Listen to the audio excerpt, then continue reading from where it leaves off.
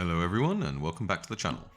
Last week was what's known as King's Day or Koningsdag in the Netherlands, where I'm originally from, so I thought it made perfect sense to introduce you to some classic Dutch food. Today I'll be making a traditional stampot and a non-traditional twist on a variation of that dish called Hutspot.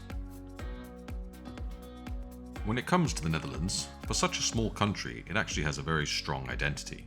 You may think of windmills or tulips. For food though, you may think it's just cheese. But Dutch cuisine, from a big farming country, has a lot of hidden gems, including stampot, a mix of potatoes and veg to make a warming, simple meal. I'm excited for this one, so let's get straight to it. Let's get everything prepped. Obviously we start with the potatoes, or aardappel. Both these dishes build upon mashed potato, think bubble and squeak if you're from the UK. So I'm going for about 3 large potatoes for the stampot and hutspot each, peel off the skin and dice into fairly small chunks. The beauty of stampot is it can all be cooked in one pot, and so we don't want the potatoes taking too long to cook, as everything else will overcook. Preparing everything in advance makes you realize that 6 potatoes takes quite a while. Finally, we are there. Divide that into 2 and place in separate pots with water. Then definitely grab a coffee and a break, as that was a lot of work. Stop playing with your food. Next up is an onion, or an ui. A tip of mine is to actually chop half as a dice and the other as slices. This lets the smaller chunks release more flavour and dissolve into the mash, while the slices offer a bit of texture and a rustic element to what is a rustic dish. As always, I will have the full recipe included in the description below with all the amounts and instructions.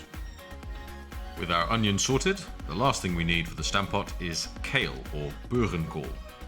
Nowadays, a lot of adaptations use spinach, but we are going traditional, and I actually think it's one of the few dishes where kale can actually taste good. So you get healthy and tasty. Win-win. Some people chop off the stem root and slice from there, but I enjoy tearing the leaves from the stem. Something rather satisfying about the crunch sound. Either way, we want to loosely slice through the leaves so it can be blended in nicely with the potato when we mash them all together. Again, it's fairly rough as we're aiming for rustic. Whoops, got a bit excited there. Now we can move on to the hutspot, where the kale is replaced by carrot or wortel.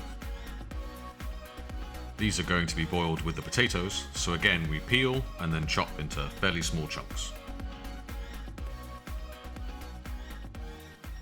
Once they're chopped, you can add them to the potatoes in the pot of water. Now is where we move away from tradition and into celeriac, or kelder, an earthy root veg which is often underutilized and is going to bring some depth to the potato and carrot mix. Just slice off the hard exterior and dice into small cubes. Then I'm going to swap onion for some shallots. A slightly refined version, which we will fry with some bacon to really bring this dish to life. I'm going for a really fine dice, as I want these to almost melt in the pan. Lastly, I'm trying something new, an apple, which I will gently bake. Hutspot is best served with what's called rookworst, a smoked sausage similar to a Polish kielbasa. And so a sweet touch of apple, I have a feeling, is going to be a perfect addition to this. Chop 1 or 2 into chunks. I've actually chopped into different sizes, as I want to see how the different level of bakes will taste and work in this dish. That's everything prepped, so let's start cooking firstly our stampot.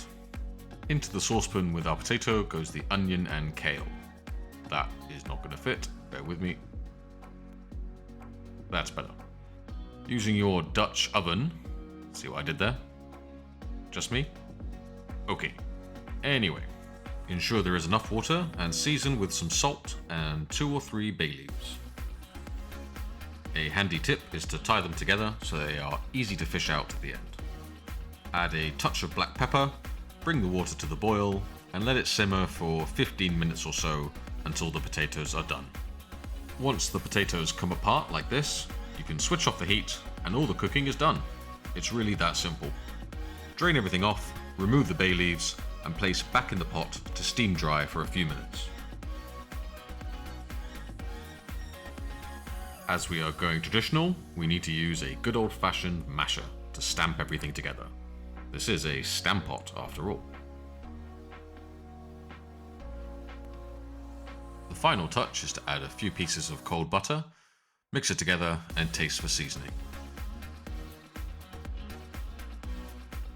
And that is a delicious stampot that was so quick and easy to make and absolutely perfect for a winter's night. Serve with some smoked sausage and you've got a great weeknight dinner option. That has come out pretty good, but I think we can raise the bar a bit. So let's move on to the Hutspot. Boil the potato and carrot like before, and while that cooks, we have quite a few elements to sort out. For the apple, I'm baking these at 180 degrees for about 25 minutes. They should come out soft but not burnt. For the celeriac, grab a heavy bottom pan and heat up some butter. Add the celeriac while the butter melts and let that cook for about 8 minutes to soften up. Once softened, pour in some milk and simmer for about 10 minutes or so, or until the milk has evaporated.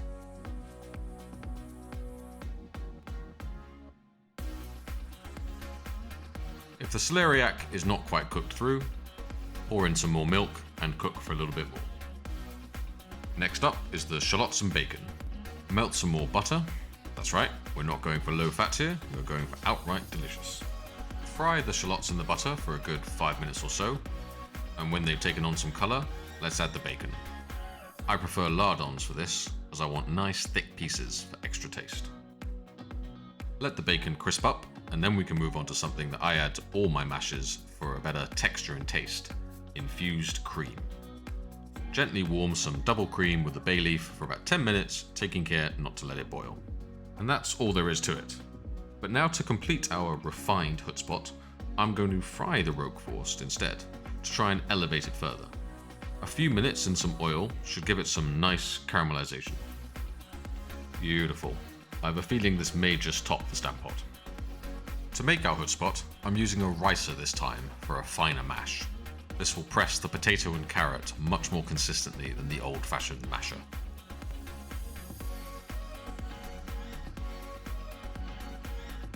Rice all the potato and carrot once they're boiled into a large bowl and add a pinch of salt.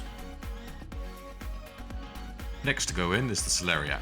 I find it does not rice very well, but I also don't want to blend it into a puree, so I've used a slicer to create a very fine chop, which I think prevents the celeriac from getting lost in the mix. With the celeriac in, do a quick wipe down, and we can pour in the cream to bring this mash together. You haven't had proper mash until you've had it with warm, savoury, silky cream added. It binds everything perfectly together and is absolutely delectable. Add another pinch of salt, and that's our mash ready. We can now start to load it up with our enhancements. Add as much of the apple and bacon mix as you like, and stir well to get everything really well incorporated. What we now have is an age-old recipe brought into the modern world. This gorgeous creamy mash, the salty bacon Roquefort is addictive, but the apple just turned out better than I could have hoped for. The sweet bites combine perfectly with the sausage, and this definitely wins over the traditional Stamppot for me. So, what do we think? The old versus the new. A verjaardagsmeal fit for a king on King's Day. If you've learned something new, why not give this video a like? Leave a comment if you want to see more Dutch recipes, and be sure to subscribe to get notified of more content like this.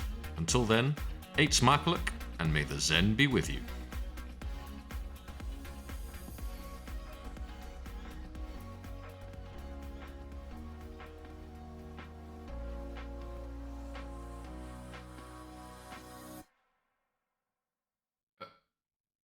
Wow.